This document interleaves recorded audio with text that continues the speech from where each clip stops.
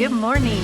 I just wanted to comment on how well it's working for us to charge things on the bikes as we're going down the road, because we have so many charging ports that, yeah, every time we head out, I'm like, okay, I need to charge, 9 batteries or GoPro 7 batteries or a phone or our little portable charger stations that we use to charge the iPad up with. But anyway, yeah, we're not having to use as much of the Blue Eddy as we thought, so we can reserve the Blue Eddy for when we need to use it for the computers for editing and doing the YouTube channel. So yeah, got everything hooked up.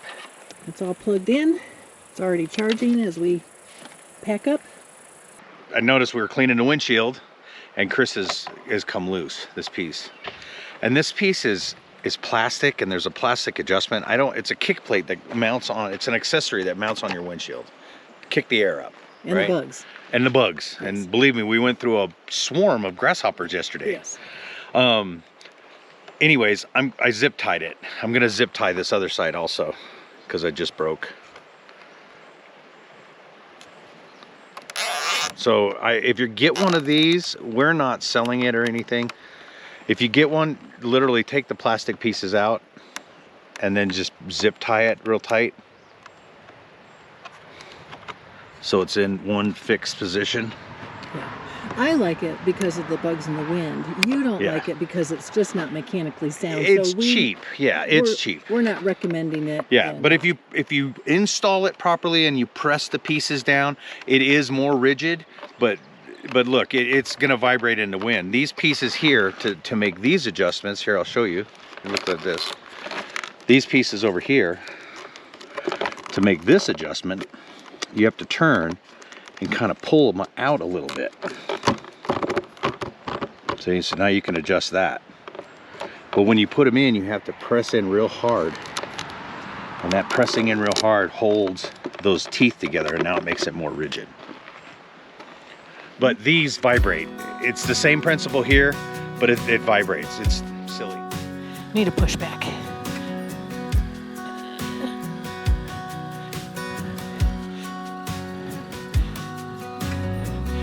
Okay.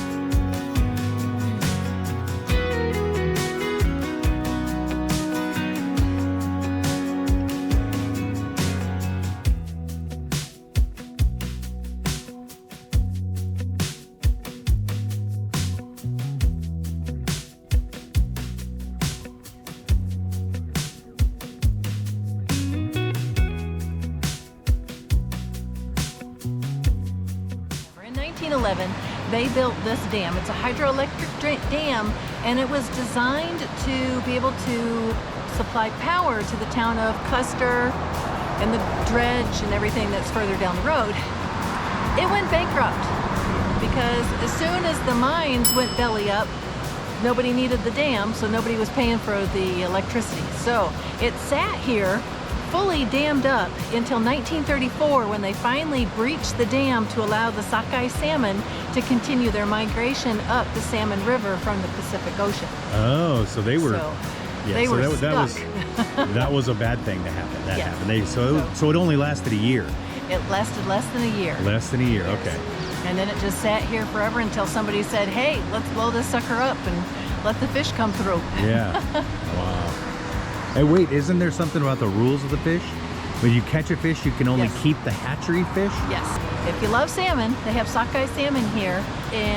But before you get your fishing pole out and throw it on the back of your motorcycle and race out here, you need to understand that you can catch the sockeye salmon, but you cannot keep the native ones. You can only keep the ones that are raised in the fish hatchery.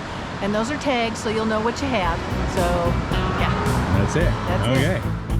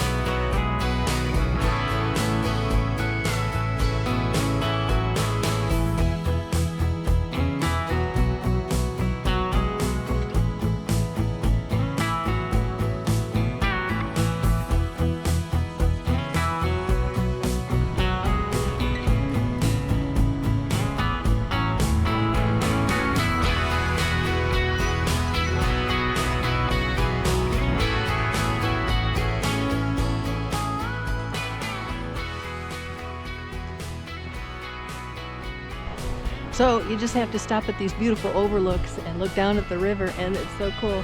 There's a raft coming, and with a guide that is rowing it, and the people in it, the two guys in it, are fly fishing. That'd be the way to go.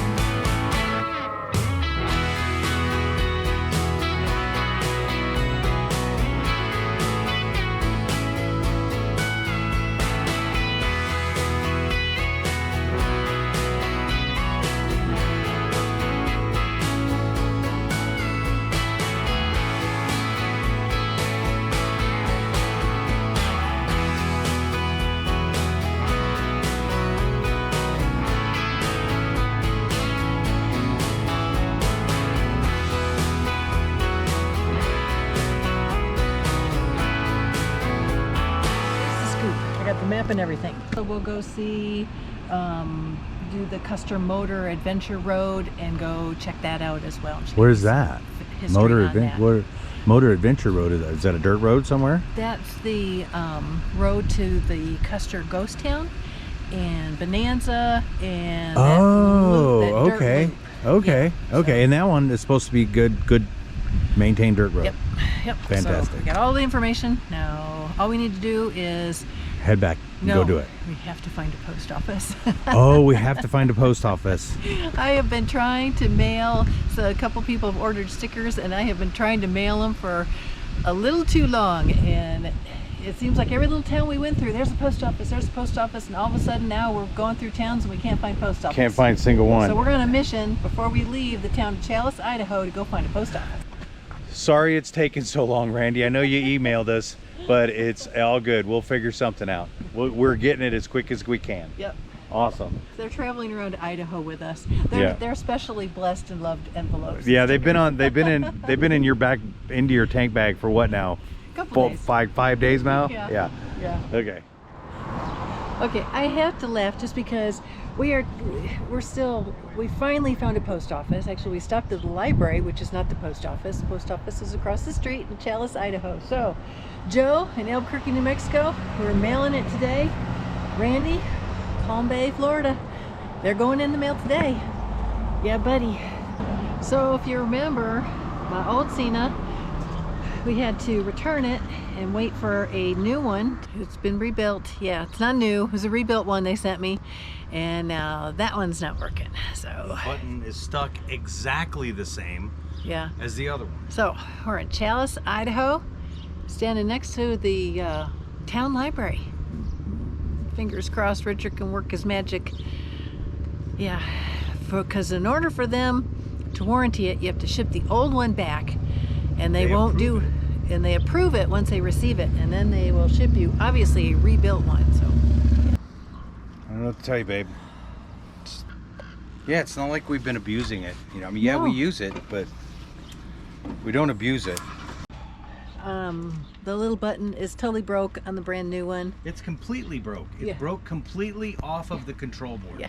What we're gonna do for right now, because we're on the road, Richard, who's had no issue with his for many years, is I'm gonna take his, because I do more of the Cena recording. So we're swapping. We're gonna put the broken one on his, so we can at least communicate with each other, and I'll take the one that's still recording. At some point we're gonna hit a town, we're gonna contact Cena again, and you can only contact them through, email or whatever. You can't call anybody, unfortunately. Great customer service. Sorry. Sorry, not sorry. But this is frustrating because and it's strictly quality control. This thing was, the way they have it installed in there, there's no way it was designed to last. Yeah. Maybe we need to look at a different brand. The issue that we have is we need it to come with an SD card. If you have any suggestions, here's what we need. We need communication between Richard and I on different bikes. In the helmet, we need to have that communication be able to be stored on an SD card so that we can use it for our videos later on, so that y'all can enjoy as we explain where the heck we are and what we're doing. And yeah, let us know.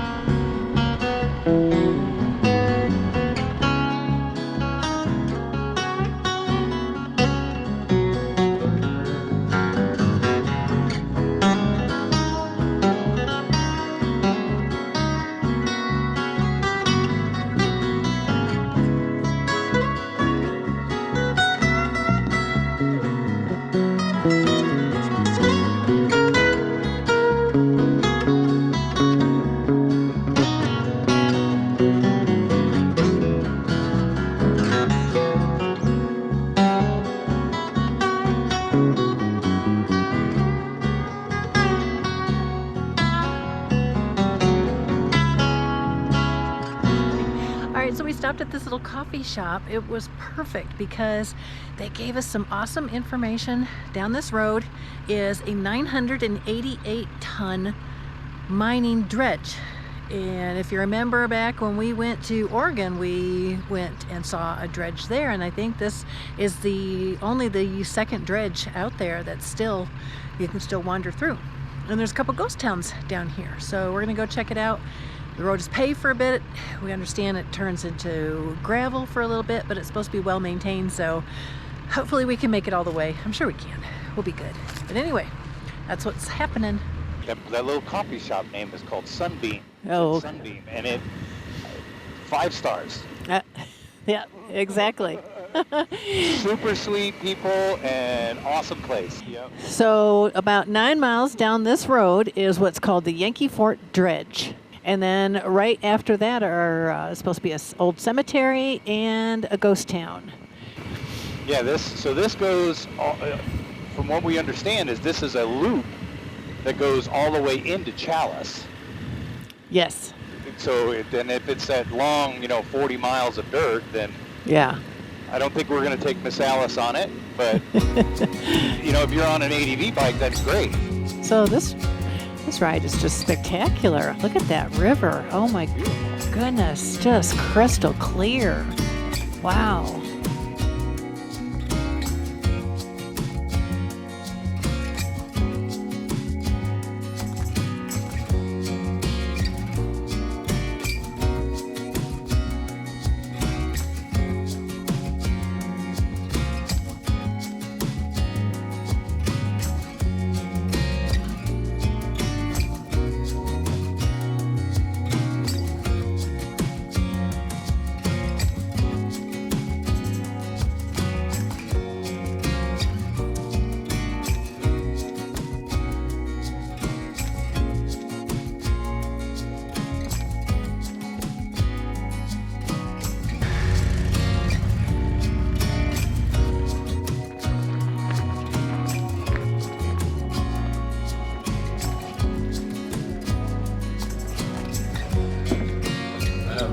My dad's name was Glenn Reed. I'm Billy Reed. My dad worked on this dredge from 1940 through 1951, all the years it operated in that period of time.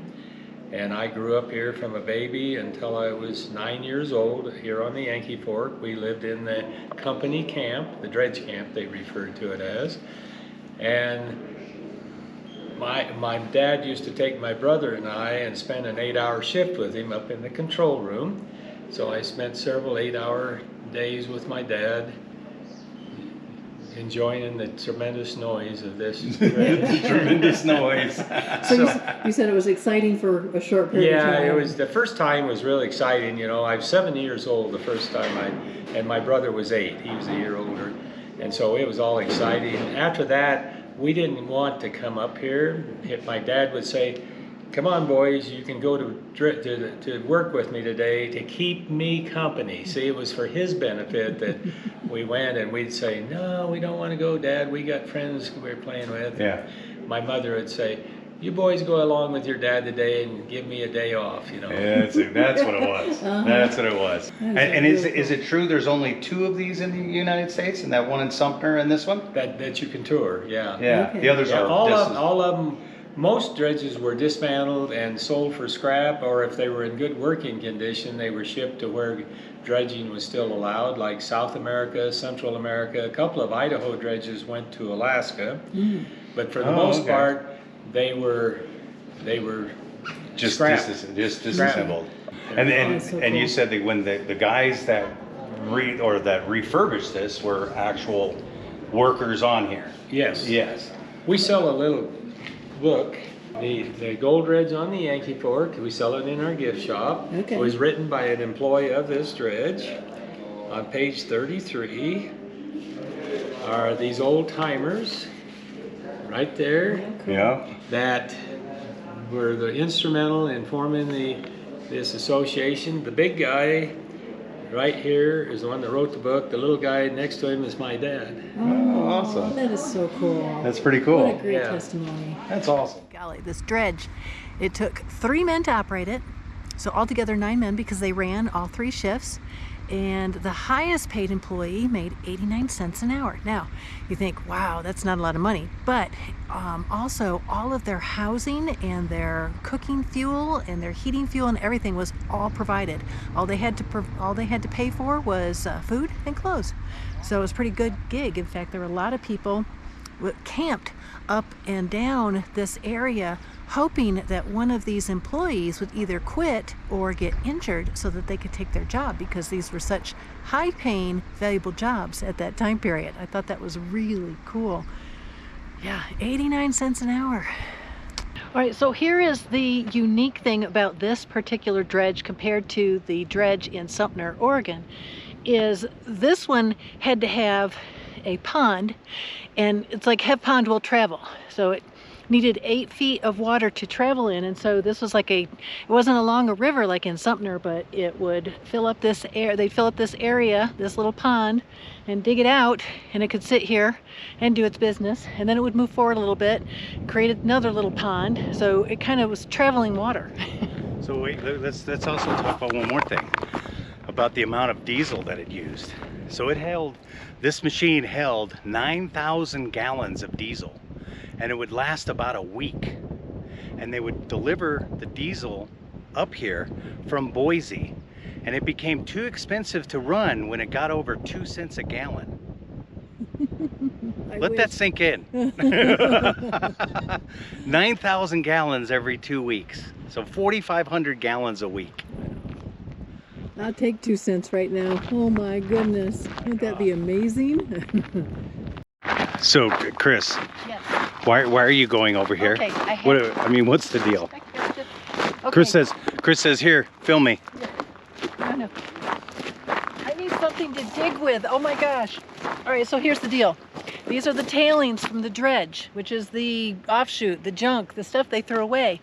They say that the dredge was only 37% efficient of the gold. So there is still a whole lot of gold in here. So should we get started? Well, wait a minute. So you're going to start looking under rocks like you did over there in Arizona or in California. No, you have to dig, because here's the deal. Here's what they were saying. The Native American Indians call this the land of deep snow. So every winter for the past 80 years, snow has been piling on these rock pilings or tailings and pushing the gold down. So we To the need bedrock. To the bedrock? Yes, Oh. it's going to the bedrock. Oh, It pushed the gold. Oh. It pushes the gold down, and it's pushed the gold down to the bedrock, which is how deep? Is it 34 feet deep. Oh, that's too deep to dig with my rock. Yeah, Let's go. that's not enough. So For sure. don't come riding out here thinking you're going to get rich on digging But- for gold. But they said you can, even though this is still technically somebody's land. They don't care if you get out here with a pick and shovel and start digging. You start bringing machines and they're going to be like, I don't think so. Yeah. But you could go to the river and start panning. You could pan, and who knows what you could find. I mean, you Okay. could. There is probably gold still down here. Obviously not enough to make it worth your while, or the gold is not $10,000 I an don't know. ounce. Let's go find a river. We'll meet you at the river. Yeah. No, we're gonna go find a cemetery first, right? Oh, Custer yeah. Cemetery or Okay. Custer. Yes. Yep. Yes. All right. So look, we're gonna go do dirt roads on the bikes, but this dirt road is in better shape than most asphalt roads. Okay, so we're just gonna go down here like less than a mile or two and stop at the cemetery. Yeah, stop at a cemetery. So they said that this road is pretty much like this all the way to Chalice. Okay. All right, well, keep your eyes peeled for the cemetery. That's next. This is the town of Custer, or the ghost town of Custer. Custer City. Custer City. I don't know if anyone's living in Custer City. Well, we should stop and walk around for a minute. So we're just in the town of Custer, wandering around this really cool ghost town. Well, this is a fancy place. Oh my. What was this? Most please enjoy, but do not enter. Many displays, artifacts are over 100 years old. This will be. Look at that door. Must have been a glass up there or something, I'll bet.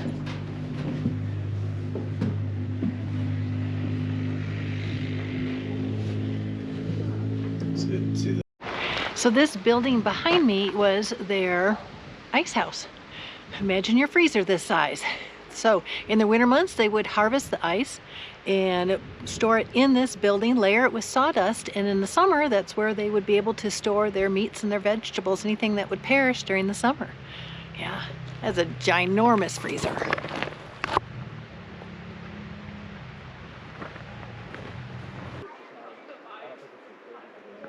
So these three Johnson sisters were home. This area is prone to snow slides.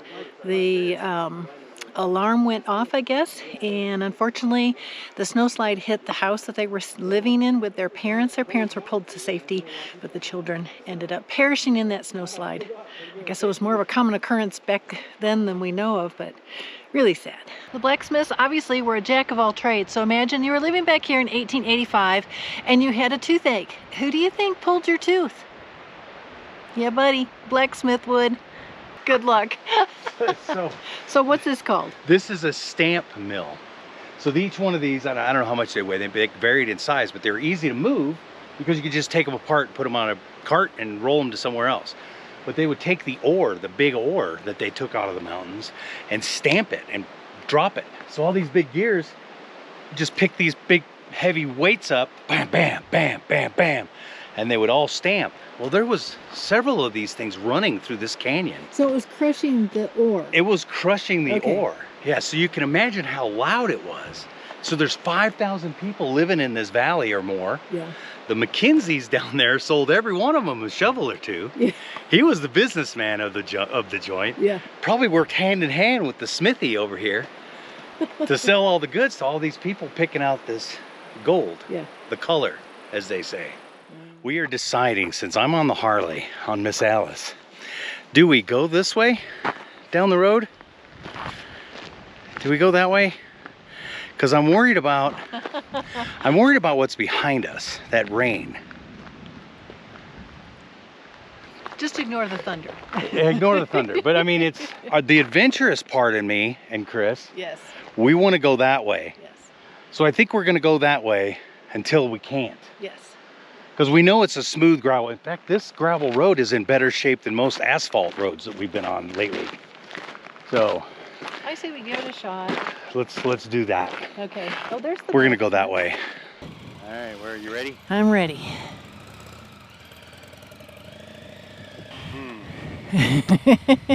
Well, we're gonna wander up here to the cemetery, and then we're just gonna continue to monitor that lovely storm in front of us. Yeah, I would hate for this to get all ruddy and really bad, because it could get bad. So this is the little cemetery for the town of Custer. In this cemetery, we have someone who was overdrunk. We have one suicide. We have several that were killed in snowslides and one infant child that died from seizures. Obviously, it's just a rough life out here. Left the cemetery and we met some really awesome folks who just came from this direction. Yes, who told us all good. Yes. No, they were in a pickup truck. Yeah, So, but he said it wasn't. He goes, Yeah. No worse than this. Yes. So we're going to forge ahead. We're going to keep our fingers crossed that the rain and the thunder that we're hearing is just going to pass right on through and not even spit a drop at us. And it'll be all good. And we were going to go up here to the top. And I guess at the top was more story, you know, of what this whole valley is, right? Uh-huh. Well, this guy up at the top, he charged a toll to go over the top of the mountain. I remember reading about this. This was a toll road. Yes. Yeah. And this was the only way to get from Custer, where the gold was, to Chalice. So it was a stagecoach route, Yep. mule train route. Yep. So he obviously got rich charging a toll. Charging a toll for everybody that comes over. Yeah. Wow, look at that. I know. Look at that. Pretty amazing. And horses went down this thing? Yeah, mule trains. Yeah. Wow, that's crazy. This is, I know the GoPro and the camera aren't going to show it, but this is pretty steep going down. Yeah, I'm in first gear. Yeah, me too. We're still trying to decide how far down this road we've got. We've got 30 miles of this dirt road. And we have a little bit of thunder.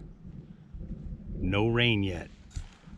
So we haven't made it to the no return of where it's the same distance. The point of no return. So we're gonna give it 10 more miles and see where we are at and reassess if we're gonna continue. Doing good. Do you need a push? Okay. Ready? Yeah.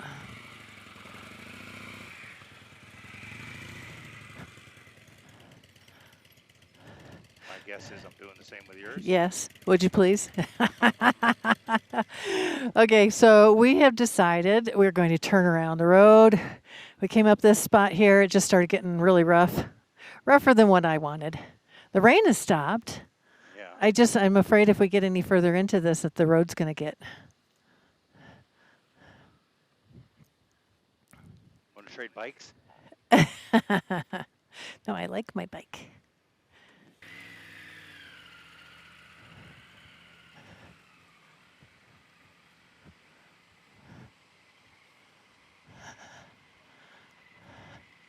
Lots of room. Like 3 feet, 2 feet.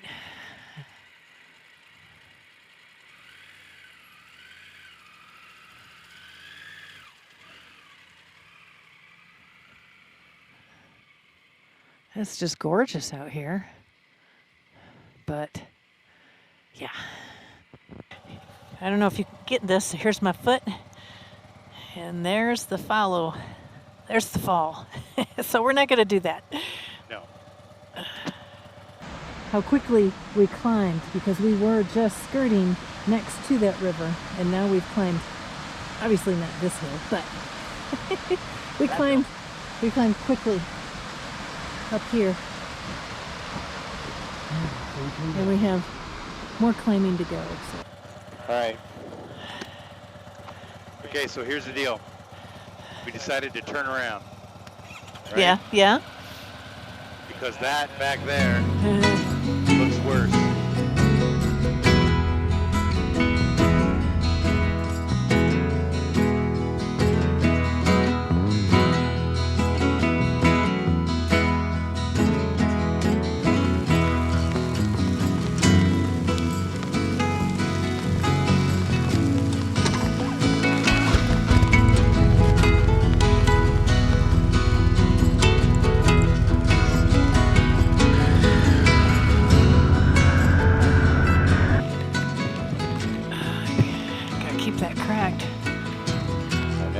See, this is what the bikes ended up looking like after we got off that road.